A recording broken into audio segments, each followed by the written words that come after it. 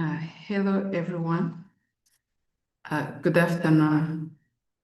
I want to appreciate you for your time and for joining this panel discussion of today. The topic is empowerment through excellence, building professionalism and integrity in real estate sector.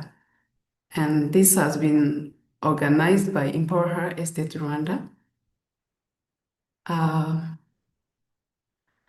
We will be starting because other people will be joining us after. Maybe they will see the recording and they will be joining.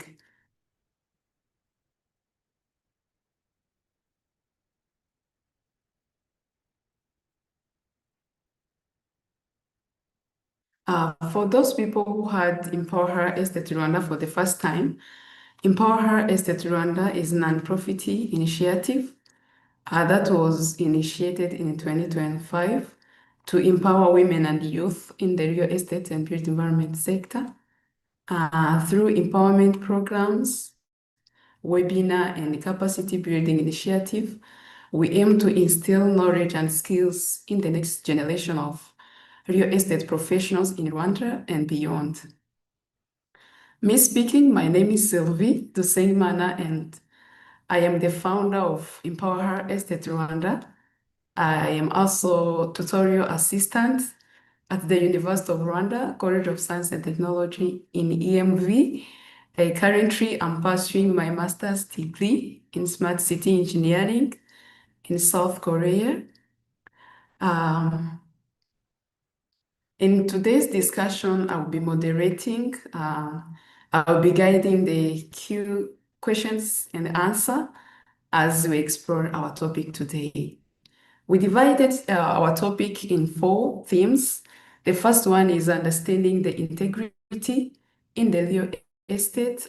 For you who have joined us today, you will go home understanding what is integrity in real estate. And the second theme is all about challenges to professionalism and ethics. And the third one is all about empowerment through excellency, not favoritism. And the fourth one is future pathway for integrity and professionalism. I'm really honored to be joined by 3 distinguished panelists today, and allow me to introduce everyone. I will start from Dr. John Mugisha. Dr. John Mugisha holds a PhD in urban planning and management. He is a professional urban planner and valuer. He is a researcher. He is a lecturer at the University of Rwanda, and he is a chairperson of Institutes of Real Property Valuers in Rwanda, IRPV, and he is also a chair of African Real Estate Society, East Africa chapter. He also leads MG and the Associate Real Estate Company in Rwanda, in Kigali, bringing over 2 decades of experience in valuation, in land governance, and urban development. Joining me also is a strong, powerful woman in the real estate sector in Rwanda, Diane Uwera. She also holds a master's degree in real estate. She is a lecturer at the University of Rwanda, College of Science Technology in EMV. She is a certified professional valuer and a researcher with a focus on land issues and women's land rights. Diane is a mentor to many young women in real estate, including me. I myself, Diane is my mentor. Joining me also is a young real estate activist and innovator from Nigeria, Priscilla Bello. She graduated with distinction from Obafemi Awolowo University. She is a founder of Virtual Institutes of Built Environment, VIBE. She is a researcher, she's an educator, and she is a peer reviewer, recognized with the Best Research Paper Award valuation category by IREBS Foundation for African Real Estate Research in 2025 for her work on artificial intelligence and valuation. Together, these people, they will bring institution, academic, and the educational perspective, which is perfect for today's conversation. When it comes to the definition of integrity in different dictionary and Webster's 1998 dictionary, they defined integrity not only as uprightness of character, but also as fairness in the property dealings. This tells us something that is very important. Ethics and professionalism has been always the core part of real estate. So the question for us today is, how do we uphold this value through excellence and to use them to build true empowerment in our industry? That's the question for us, all of us today. Now, let's dive into our discussion of today, where we start from the first theme, which is all about understanding integrity. I'm going to ask our panelists. The first question is general to everyone. I want to ask everyone, when we talk about integrity in the real estate today, what does it mean to you personally, and why does it matter in this industry, in the real estate industry? I would like to begin from Dr. John, and then Diane, then after Priscilla. Yes, the microphone is yours. Thank you. Yeah, thank you very much, Sylvie, and good evening, good afternoon to everyone. Thank you for organizing this important webinar, which I believe is very important in,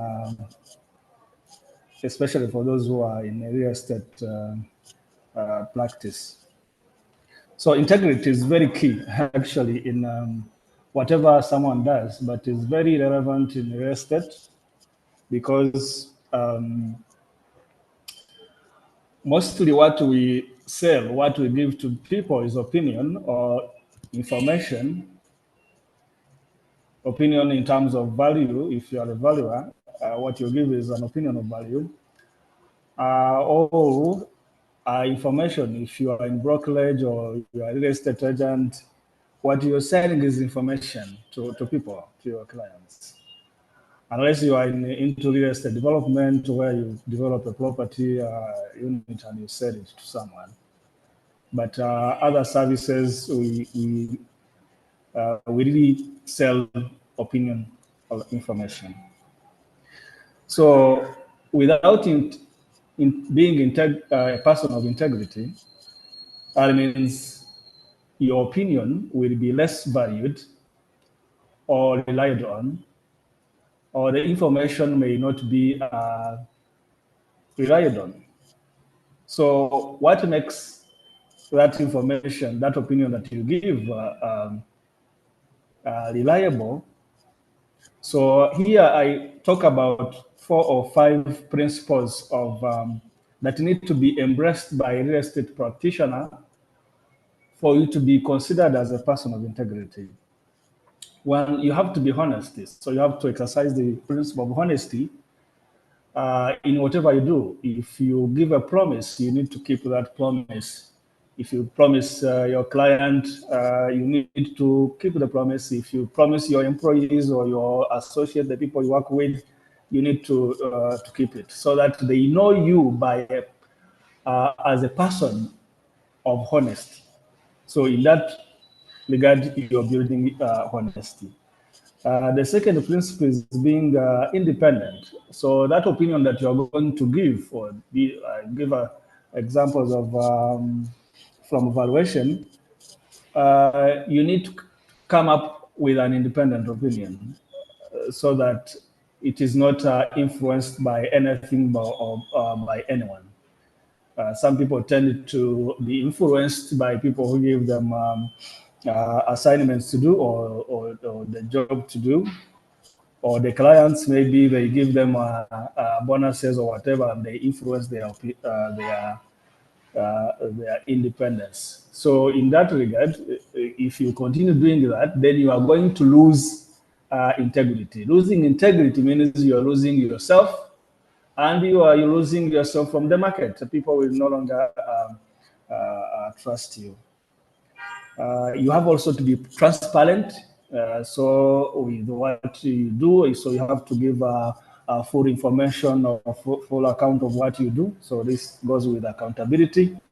And also in cases where you think you cannot do what is expected of you, or where you think you have conflict, then you have to avoid areas that will lead you to the conflict of interest. So in nutshell, I can say integrity is a combination of principles that enhances or portrays you to the public as a person that can be relied on. Thank you, Sylvie. Thank you so much, sir. Thank you. Hadia, the floor is yours.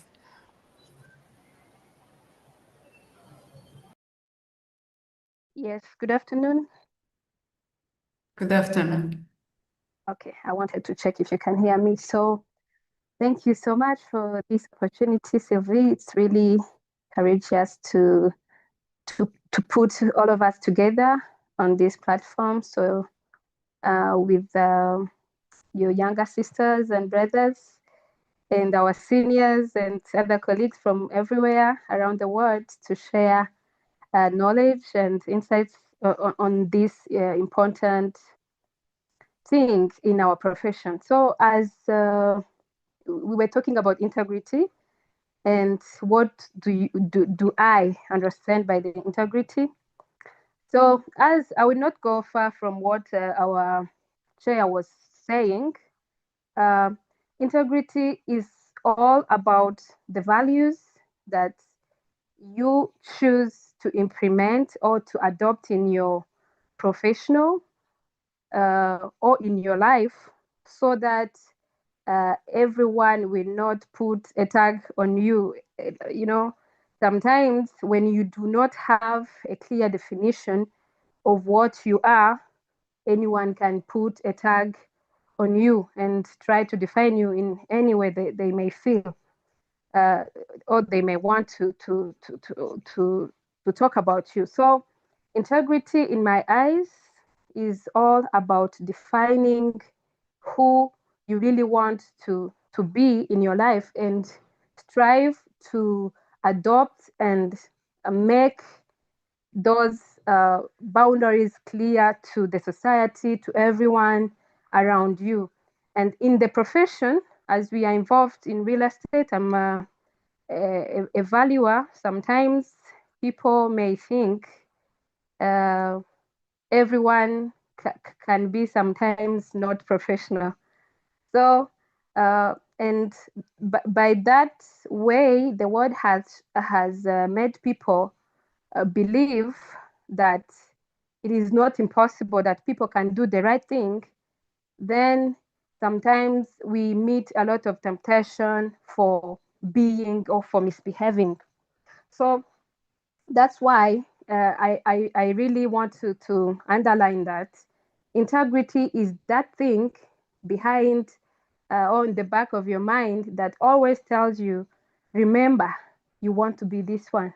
Remember, you cannot do this. Remember, you are this person. You can't behave this way.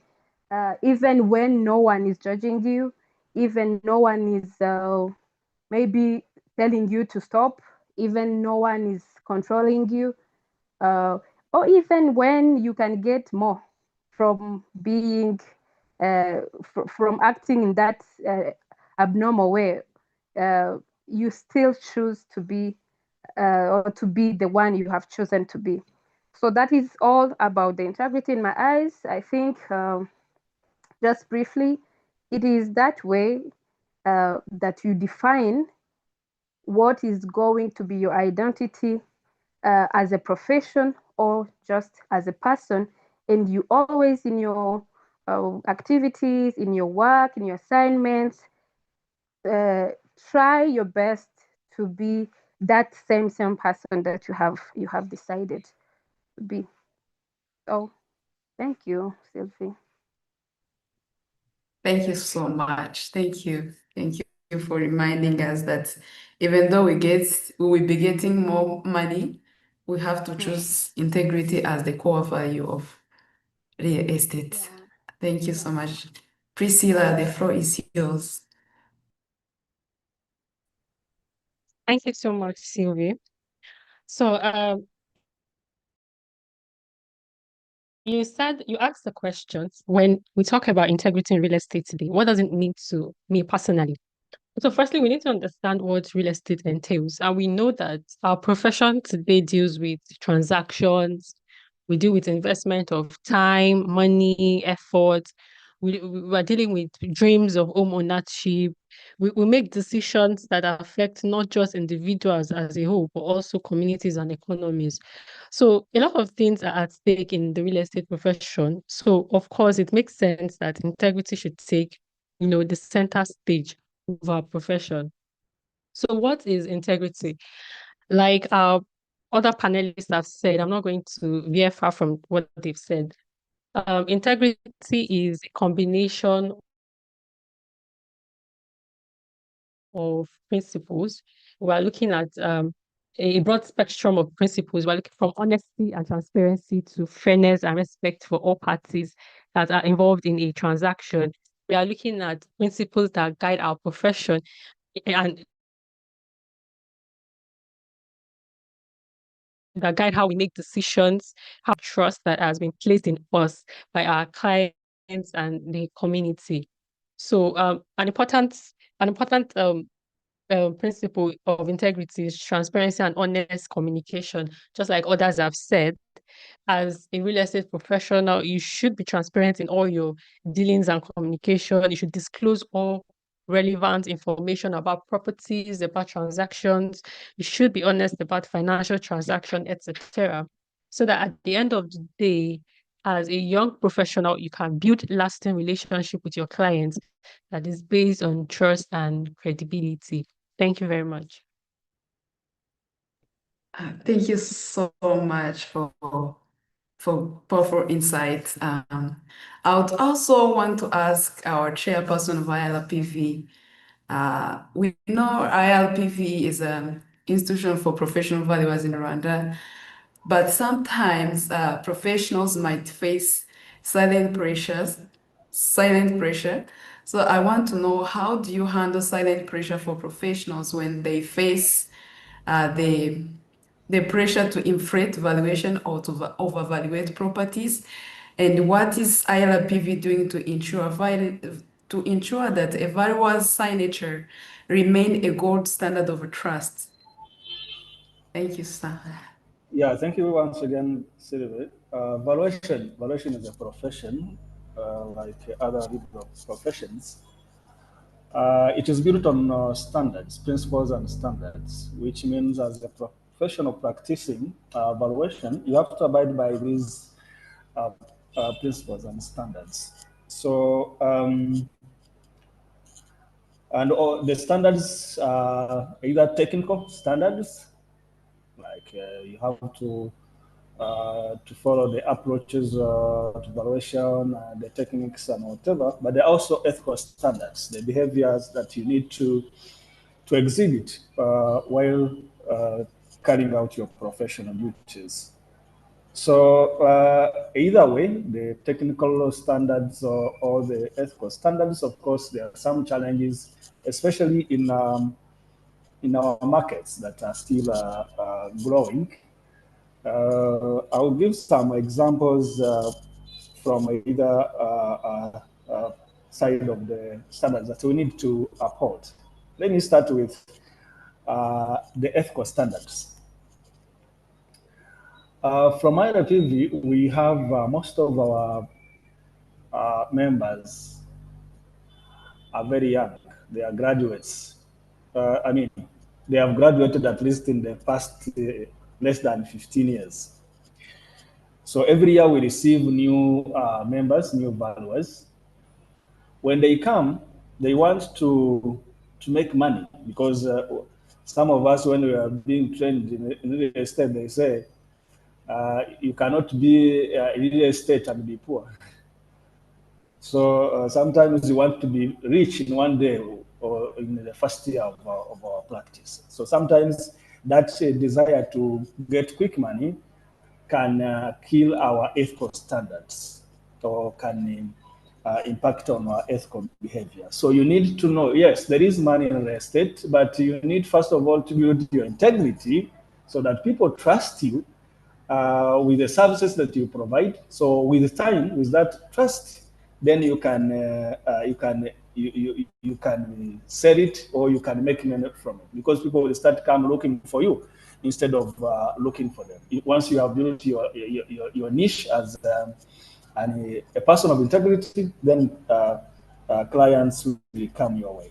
So that is one challenge, the desire to get quick money and be rich in a short time. But also we have some weaknesses in the enforcement of our regulations, and sometimes gaps. Yeah, there are standards, there are other regulations in place, but when it comes to the enforcement and also follow up to identify who has followed them and who has not. Evaluation, we have many stakeholders, especially the financial institutions whom we serve on a daily basis. Sometimes when they have issues with the valuers, they may not report the cases in real time so that we can be able to make our investigations, to call out investigations, and maybe if there are sanctions, we can put the sanctions, or if there is advice that we need to give to the professional, we can do that in real time. So we don't have a clear channel on a daily that those cases can be reported to the institution, so that we can do that to uphold the integrity of our members. So that is a challenge, actually, to upholding the professional standards or ethical standards of our members. But another example, which is a major challenge, actually, we have unqualified and unlicensed practitioners who have proliferated into valuation profession. So because people perceive there is money in valuation, everyone wants to do valuation, even if they are not trained to do that. They are not qualified to be valuers. So they engage in with clients and even financial institutions. So instead of clients or financial institutions reaching out firsthand to the certified valuers, they work with these unlicensed practitioners, and these ones they lower the standard. Actually, they don't have any standard because they don't even know about those standards. So to be quick, there are also pressure from the clients. The pressures from the clients. So with this pressure, together with some of our members who have the desire to make quick money, so they can offer them some extra money so that they can influence their opinions. So this really kills professionalism. So technically, we have limitations in terms of data, the market data. So if you don't have market data to justify your value opinion, then it's a challenge, and it might affect professionalism. So lastly on this, I think we also have capacity and skills gaps, even in the qualified valuers, the trained valuers. So this is something that is a challenge, but we organize continuous professional development training so that we identify areas where we need to have capacity gaps, and then we train ourselves. But also we work with international organizations like the African Real Estate Society. We have different programs, and we encourage our members to participate in them. For the young people, AfRES has a platform called AfRES, the future leaders of AfRES. So these are professionals from various countries in Africa, from Nigeria, from Ghana, from all countries in East Africa. So they organize webinars like this. So there are platforms where knowledge is shared, and we learn a lot when we go. We participate in those webinars and the conferences that are organized every year. Yeah, thank you very much. Thank you very much, sir. Thank you. Thank you for encouraging us to join this international organization. Thank you for giving us this powerful example. Sometimes we young generations, we normally don't know what is happening outside of the school. We go and we learn the theory. Sometimes we don't know what is happening, but thank you for bringing those kind of examples. Sometimes in the property valuation, clients want higher valuation. So Diane, as a professional valuer, how do you explain to the client that a high valuation isn't always the right or the honest one? Because they think that having high valuation is the best.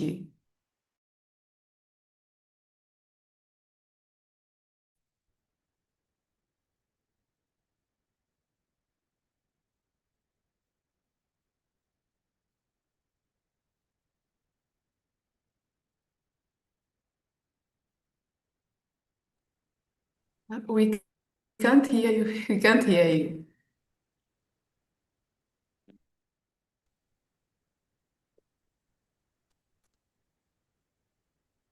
You hear me now? Yeah, now we can hear you. Okay. So thank you for the question. Yeah, that's the real struggle. Always we are fighting with them. They can't understand how come their business is not matching with the values you are giving.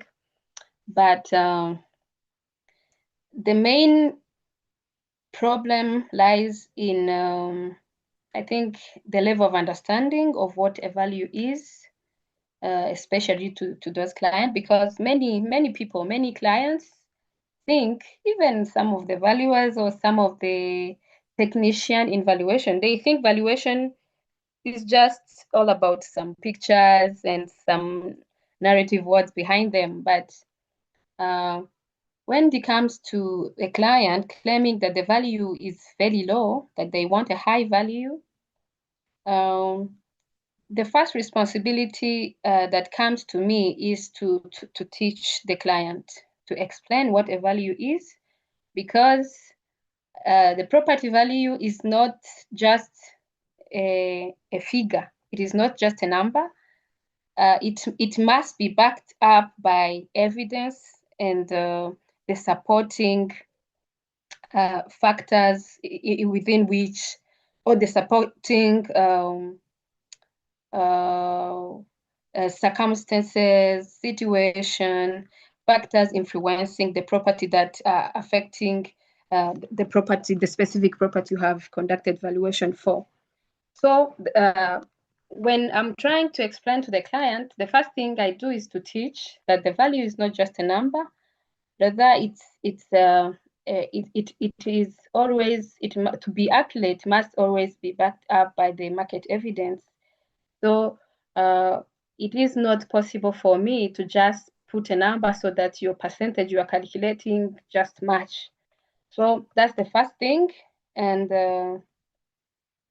the second, it is that the fact that I offer or I produce that report that reflect the real current situation on the market is a good thing to the client, because the valuation reports we make, they are used in different organizations. They are used in financial institutions, governmental agencies, and in other agencies that may rely on value of property to make decisions. So they are based on to make some huge decisions, and it means that when my valuation do not reflect the market, do not give the real value of the property, then the decision that is going to be made is likely to be biased. It will not be well informed. So explaining to the client that the decision made must be well informed so that they will not bring other undesirable consequences that may affect even himself. For example, in the banks, we have seen people who have overvalued their properties with that understanding that a valuer can overvalue the way they want, and it ended up they ended up losing even other properties that were not under mortgage. So that is a very bad experience, and I sometimes use that to explain to clients that it's not good to give a value to a property that it does not actually have. Then, secondly, it's I think that's the third. It's the fact that I also have my values that I do. I'm not a professional for nothing. You do not tell me what to do. Just put a number because I want it. No. So I'm a professional in the field. I know the factors that I'm assessing to give you a value for your property. So it's not your place to force me to tell me the value that I must put on that paper. So that one, but also to try to comfort the client, of course, because it is not always good in business to hurt or to make the relationship bad. It is always good to solve those issues in a clever way, so the client goes happy, but you also keep your professionalism. So I explain that whatever I am doing is to help him to reach his goals, to for his deal to pass through, but also to protect him because, of course, he can get what he wants now, but we have to be sure that in the future, the decision or the value that I've given, which is not actually the real value, will not affect him in one way or the other. So that's normally the key things I base on to explain that a value is not just a number, that it is based in market-based information, market-based evidence, and the fact that my professional ethic does not allow me to just put a number because someone has asked and I know that it is not true also is one negotiation point that I use in explaining that to clients. Thank you. Thank you so much. Thank you very much. I thank you all for the insights, and I want to move to the next theme, which is all about the challenges and professionalism, challenges to professionalism and ethics. I think everyone here now can understand what does integrity mean and what can you do to uphold integrity value in a professional valuation or in the estate profession. Now I want to ask Priscilla. Now we are in a digital world where it is easier or harder to hide unprofessional behavior. And I want to ask you, how do we build trust when we are not in the same room? Like normally we are doing things on online. So how can we build trust when we are not in the same room? Thank you. Thank you very much for that question. So how do we build trust when we aren't even in the same room? So I believe that regardless of whether you're in the same room or not, either physically or virtually, trust is still based on the same thing. And that's consistency. You know, when as a professional, when you are deliberate about clear communication with your clients, timely responses, transparency in sharing information, when you show up basically, and you're not just showing up, you are showing up through verifiable actions, through documented processes, through accurate data, documents, etc. So when you're consistent in all these things, at the end of the day, you build credibility. So whether you're in the same room with your client or not, either physically or virtually, you are able to build consistency through, and your consistency builds credibility. At the end of the day, people will trust you when your actions repeatedly align with ethical standards.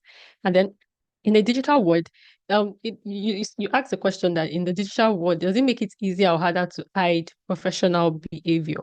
Well, most people would assume that because it's a virtual interaction, they don't have to, uphold physical and they uphold professional standards. They feel like they can cut corners. They feel like they can avoid transparency because it's easier to hide behind a screen. Let me give you an example. Sometimes because the real estate agent knows that, okay, they are in different locations with their clients. They can, and the client doesn't have the capacity to go physically to inspect the property. So sometimes they can list properties or edited photos of properties. They can hide information about such properties, and then the clients would make information false. They'll make information based. They'll make decisions based on the false information that the real estate agent has presented online. So sometimes professionals can try to use the digital world to reduce their professional standards.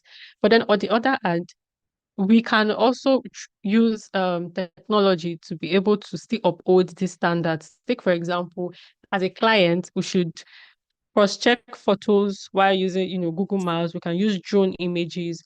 We can ask for reviews from previous clients, tenants, etc.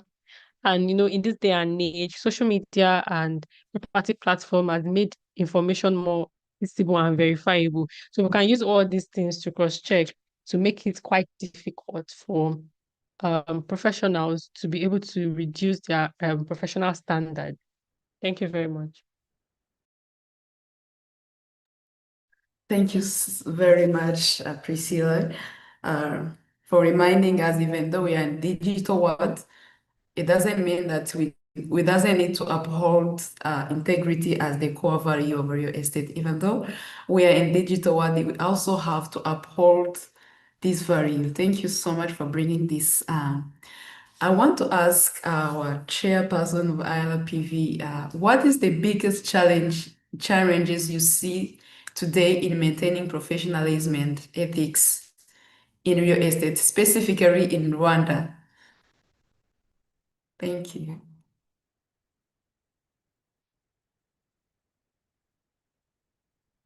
All right. Thank you very much. I think I alluded to some of them.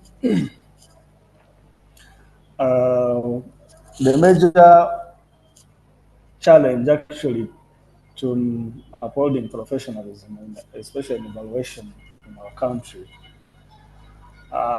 it is something we have been fighting against, and I think the measures in place will yield some good results. Everyone wants to do valuation as long as they know about valuation and how you can where the clients and how you can access the clients. For example, if I'm not I'm not a professional valuer, and I know one of the bank officials somewhere, so I can go and talk to them. I do valuation as long as the valuation I bring is signed by a licensed valuer.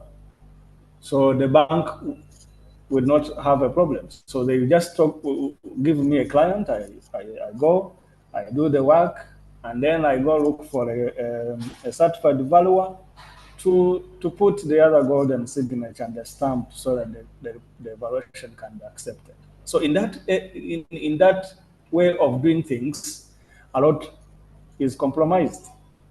That person who is not a professional valuer can be influenced by the client, and because he's not known by the regulatory authority, he can do anything because he's not registered anywhere. And this same problem, actually the risk is taken by the person who signs. So this issue of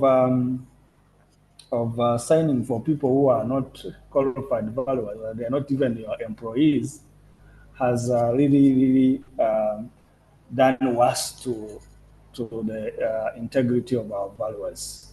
So it is a major issue. What we are doing about it is that we already have embraced the digital systems, like our sister said. They are more helpful. We have the EHER system. This EHER system can only be accessed by certified valuers. So you do your evaluation, you go and inspect the property, you do the report, and then you enter some information in the EHER system. The EHER system will generate what we call the authentication system certificate, which you put on your report, and this certificate will be required by financial institutions because it is needed when they are registering the loan, the mortgage. But the valuers who continue to work with those unqualified or unlicensed people, they still do it, and then they use the credentials into the system. What we are doing to eliminate them completely, we want to also use the digital systems so that valuers can directly be put into contact with clients without those middlemen who actually have distorted our market. They don't respect the fee structure in place. They don't care about overvaluing properties. And if you're a valuer, you have not gone to inspect the property yourself, they have brought a draft report, you sign. So sometimes valuers don't take due diligence to verify some of the information. So that is a major challenge that we have. And we are trying to find solutions. Thank you. Thank you so much. Thank you so much for sharing us with these challenges that IRPV is facing. I think most of the people who are here some of them are professionals, other are trainees, other are students. So I think they are here to run, they are here to know what is happening outside and what is IRPV is doing now. I want to ask Diane, as a woman in the real estate, EmpowerHer Estate Rwanda is all about empowering women and youth. So I want to ask you, do women in real estate face unique integrity challenges that men don't face? Or how does excellence help to overcome those challenges? Thank you.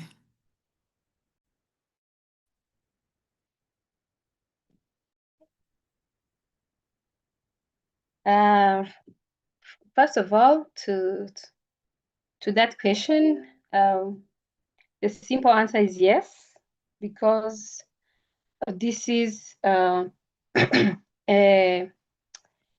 men-dominated field. So, and it is not different from any other men-dominated fields where people are used to men doing that thing, and it is like a surprise to see a woman doing that similar thing. So people, the first challenges come from this assumption in our society, especially in Africa, of thinking that a woman is not made for technical work. A woman is not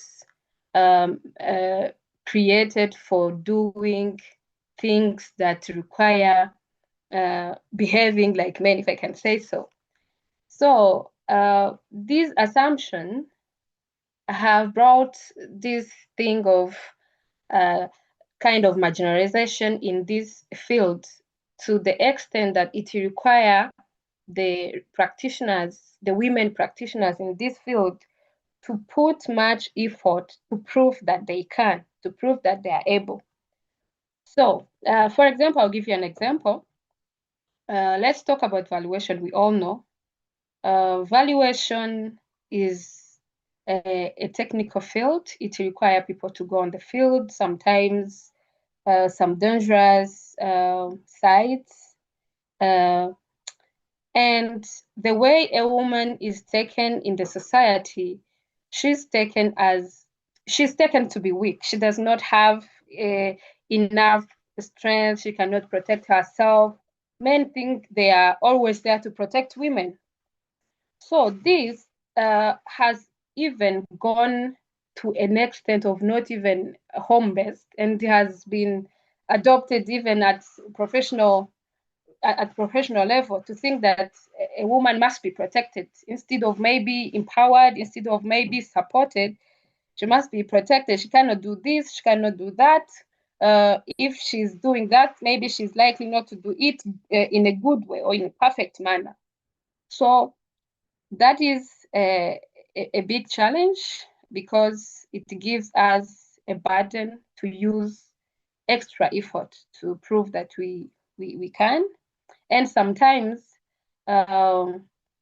where we are required, or where it is even normal to ask for help, to ask for support, we fear that people will relate that to our incompetence.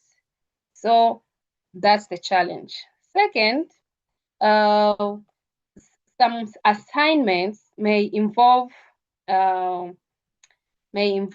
some kind of what can I say? What can I call it? Like informal negotiation.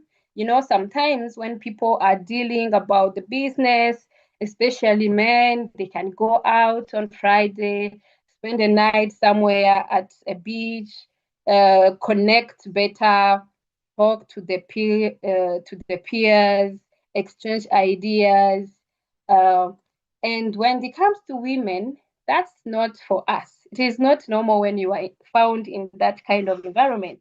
They will start saying you are not serious. You can't be a woman and be in such kind of environment. That's toxic. That woman is not, that way we are meant to behave in African society. So that's a challenge.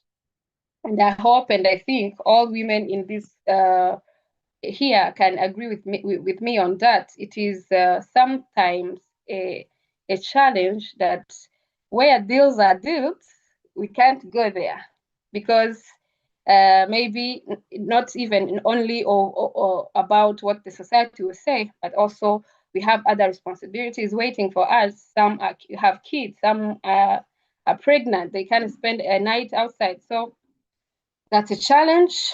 And another one, a third one I can talk about is like, sorry, I would say a natural, I would call it a natural challenge, the way we are created. Our voices are not heavy as men's. When men talk, it's a command. You can easily respond to whatever they are telling you to do. But a woman, when you're talking, you need to underline that you are being serious. People may just think you are just talking. It's a conversation, it's not a command. So that is also a challenge. The way we are created, the way we are made. When we talk, sometimes in this men-dominated field, it is very hard to get a positive feedback. Then another one I'll say is being mistaken for when you are being bored in your responsibility, you can easily be mistaken for being aggressive. You are being aggressive. You are not a kind woman. What kind of a woman is this? How come she talked to men like that? Especially women in leading roles. When you talk and you have men as your subordinates, they tend to disrespect because they think you should not be talking to them in that way. So it is still a challenge in the society, and it is still require a lot of efforts from our side to prove, to show that we really what we really want is peace. It's not a fight. When I tell you to do this, you have to do this. When I say this should be done, I am serious. This should be done. It's not a talk. We are just discussing business. Then, yeah, I can say a lot of things about this, but yeah, the final thing I can say is the task we have to save ourselves from this maze. It is to make sure that always let us prove that it's not really true, that we are not seeking favoritism, or we are not seeking favor to pass or to succeed. Let our intentions be backed up with the clear results, the outcome, the tangible things that a person can see and say, this woman is really capable of doing this. Yeah, I think that is it. Thank you. Thank you so much for that. Some women sometimes also think that they have to be favored because naturally they are women, but we as women, we also have to prove that we are capable. If we prove it, I think even those men that are in our field, there will be a time that they will understand that women are also capable. I know that some people knows, even though it's not 100% of those people who think that women are also capable. Yeah, thank you for bringing that. Thank you so much. I want to ask our doctor. It's all about empowerment. You see, initiatives like EHER are based on empowering youth and women in the real estate. So I want to ask our chairperson, how do institutions like IRPV and AfRES support empowerment initiatives such as EHER, and how do you see these efforts contributing to the career growth in our real estate society or in our real estate sector? Thank you. Yeah, thank you very much. About empowering women, I think it starts from the national policies and strategies. A lot has been done to empower women in general, and confidence has grown in most of Rwandan women. So they are confident. They know they can take various roles. They can take on various roles in leadership and even in technical professions like real estate, particularly evaluation. But in evaluation or in real estate in general, whether you are a man or a woman, one thing that will take you to the skies is how you brand yourself, either as an individual, as a person, or as a business that you establish. If you establish a evaluation firm, you need to create a brand that will sell you, that will attract clients to your firm, to your services. Women in evaluation, because I'm also a lecturer at the university, we teach many women or girls who graduate. But when we look at those who come into evaluation, there are not many. Then there you ask your question, why? Why do they prefer to go to do other jobs other than valuation? That means there is still a question on the confidence level. So is it about the nature of valuation that maybe they fear the intricacies of getting around to secure contracts? That's something that needs to be looked at if we are to empower women in evaluation. Secondly, even those few, some of those few who come or who become valuers, who go through the rigorous way of certification, I have learned that some even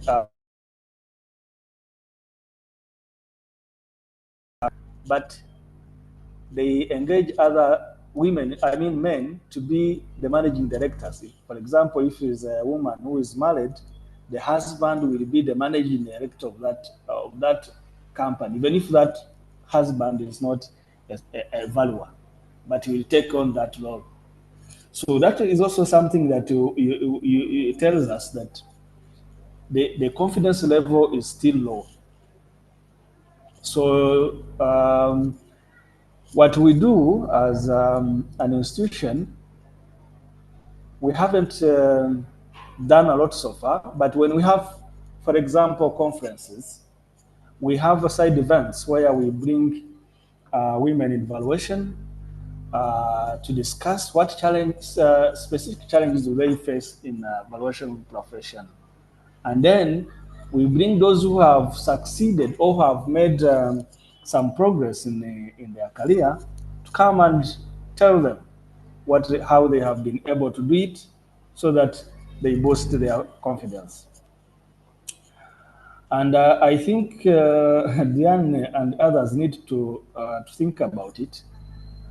They need to have a platform of women evaluation in Rwanda. Those who have entered the evaluation profession and they are practicing, why don't you come together? You make that platform of women evaluation where you discuss the challenges, but also encourage others who are still in school at the university to join this profession with confidence and also expecting to excel. Beyond the IRPV, again in AfRES, we have a committee, a women committee. So we have women in AfRES. Whenever we have the annual AfRES conference, we have women dinner. So it aims to bring women together to share experiences and skills, and also to learn from each other, and of course boost the confidence of the young women who have just joined the profession. So I think that those are some of my insights about empowering women in evaluation and what, as an institution, we are doing and we are looking forward to do in the future. Thank you. Thank you so much. Thank you for the effort that is being made. We hope in the coming future, the effort will be huge and we will get a space to talk and a space to work as it is now. Thank you so much. I want to ask Priscilla. We are coming to close to the end. We are now reaching to the fourth theme, which is about future pathway. I want to ask Priscilla, with AI and blockchain, do you think will eventually make human integrity complete because systems won't allow cheating, or will human touch become even more valuable? What do you think?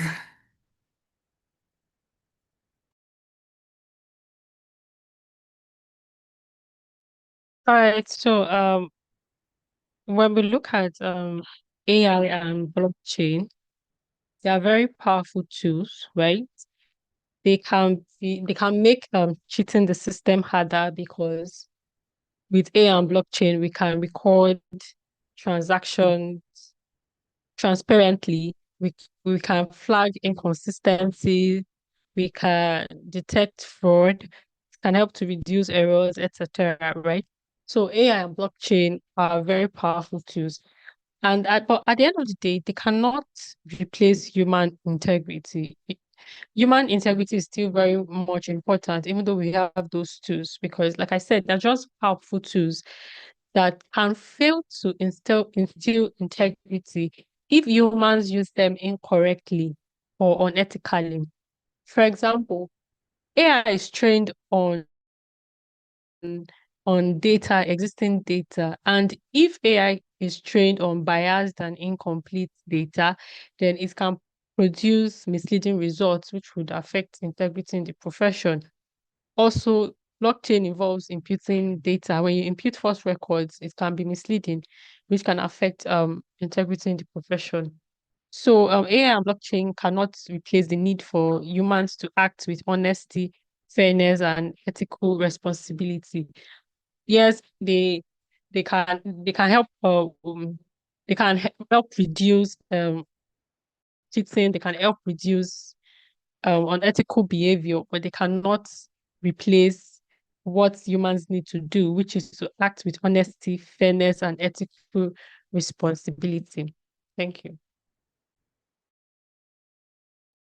Thank you so much. Most people think that because we are coming to digital world, they tend to think that AI or technology will replace human being, but human being is powerful because you have to remember that human being, they are the one who creates those digital platforms. Now we are coming to the end. Before I give the participant the time to ask questions too, because they might also have questions to ask. I want to ask everyone, each panelist, in one sentence, what is the most important thing we must do to ensure integrity and professionalism remain at the heart of real estate in the future? In one sentence or one word. Thank you. We can start from John, then Diane, and then Priscilla.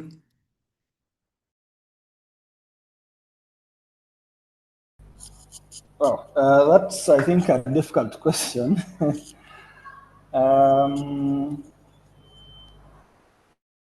I can say, I will say one sentence and then maybe one word. In one sentence, I can say your integrity is not defined, or your integrity is defined not only by what you do, but how you do it. So brand yourself in a way that will make you excel and rich. Anyway, yeah. So your integrity is not only defined by what you do, but how you do it. So that how you do it is very important if you are to excel in real estate. Thank you. Thank you so much. Thank you. Yes, I would say, or I would tell everybody that we are together here today to always set the clear boundaries in your profession and to always seek excellency in our work. Thank you so much. Thank you.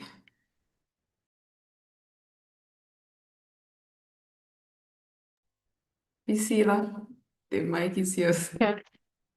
All right. So I would say that we must consistently teach, model, and reward ethical behavior while holding every professional accountable for their decisions.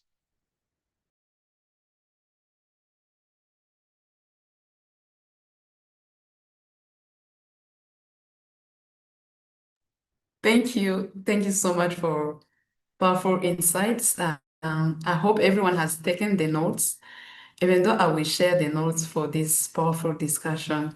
I want to give some participants who have questions, who want to ask questions. If you want to ask questions, you can raise the hand, and then I will give you time to ask question. Anybody who have question to ask?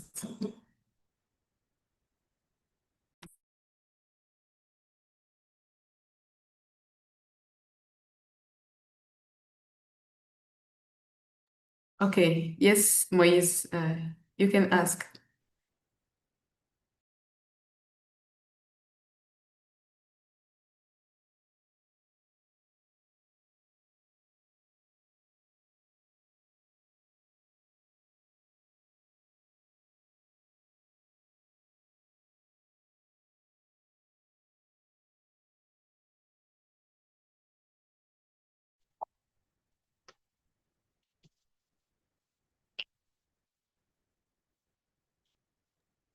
Moise, you can unmute your mic, then ask your question.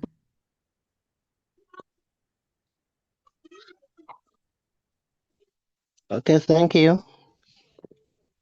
I think everyone can hear me. Yes, we can hear you. Okay, thank you. My question is all about outdated data in evaluation. How will we relate integrity with the outdated data that still exist in evaluation? Thank you.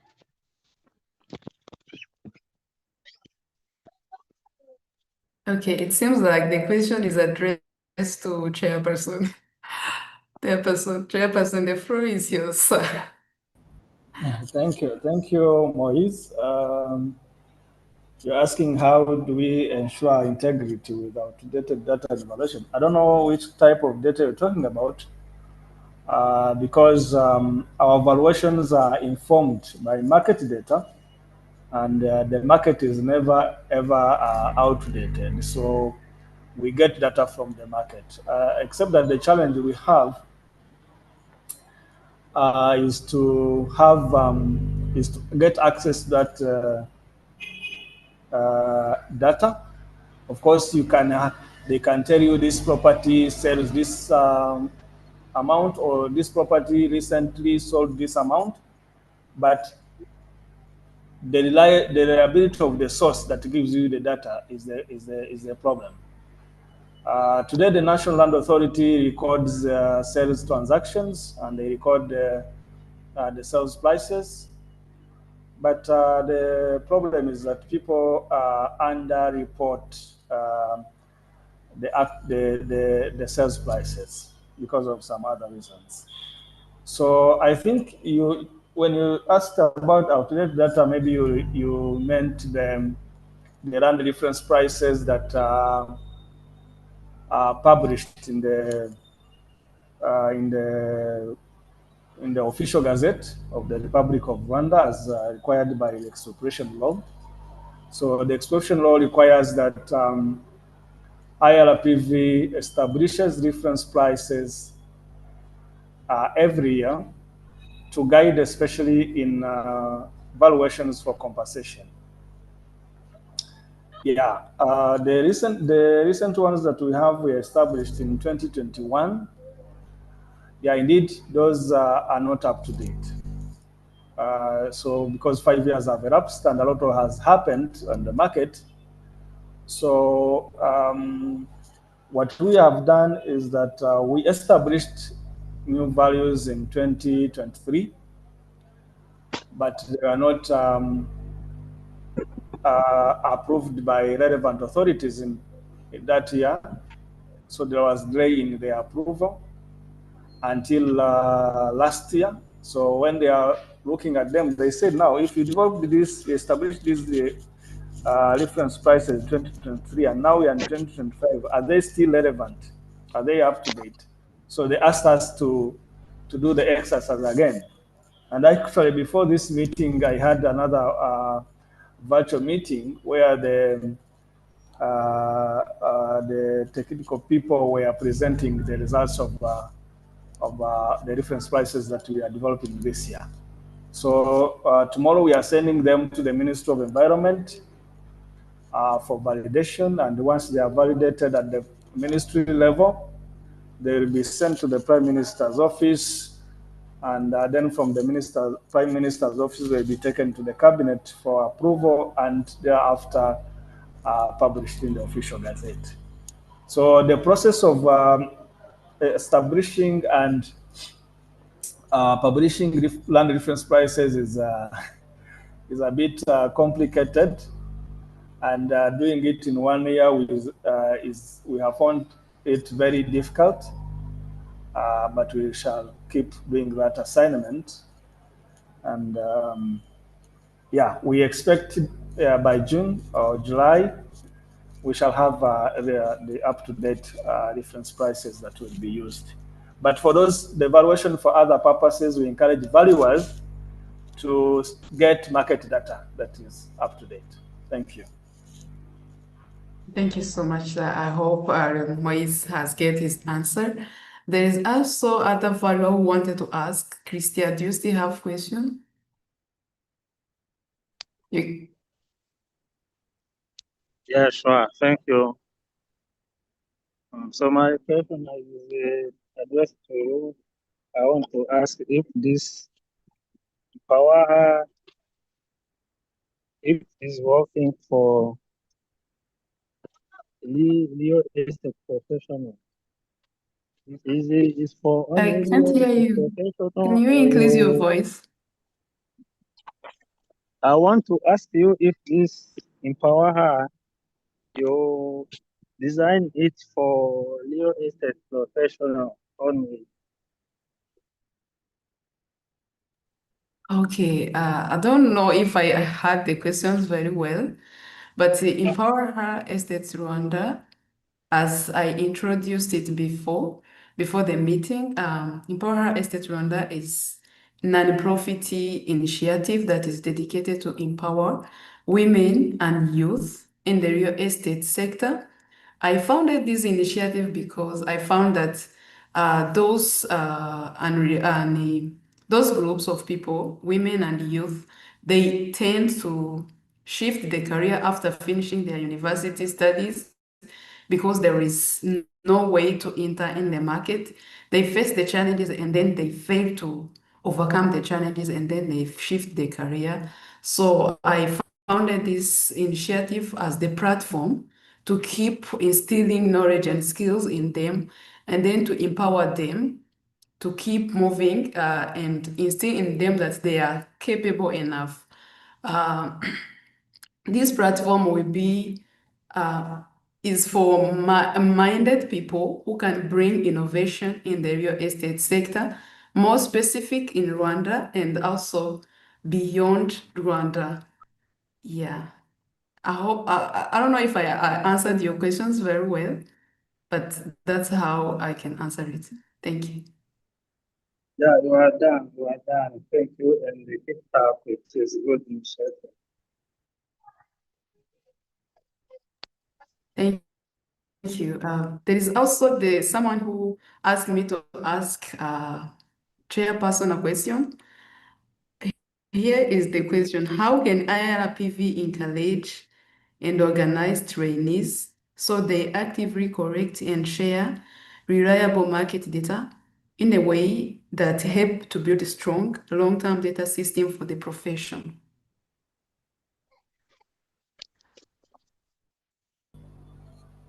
You mean the trainees or the valuers? This one is a trainee. Because trainees are not yet full members of IRPV, they are still in the process of getting the license. So the process is like this: when you graduate, you apply to be a member of IRPV or to be a certified valuer. So we assess your experience and your qualifications. Once you meet the criteria in our regulations, you are given 2 years of professional training and an experienced valuer who has been at least practicing for 5 years. Once you complete the 2 years of professional training, that means you go to the field, you collect the data, you know how to inspect the property, you know how to do evaluations from not in the theory, but now practically. Then we test the skills you acquired through a licensing exam, which you do. When you pass, then you you're certified. You get the certificate as a licensed valuer, and now you start the practice. So the data actually is collected by the valuers, or even if the trainees participate, but they do it under valuers, because they are the valuers. When they register their valuations in our EHER system, we are gathering actually data.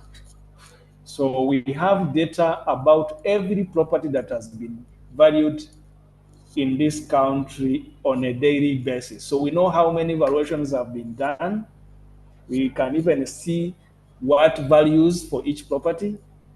And this, in the future, this information will be shared with other government institutions so that they can inform their decisions.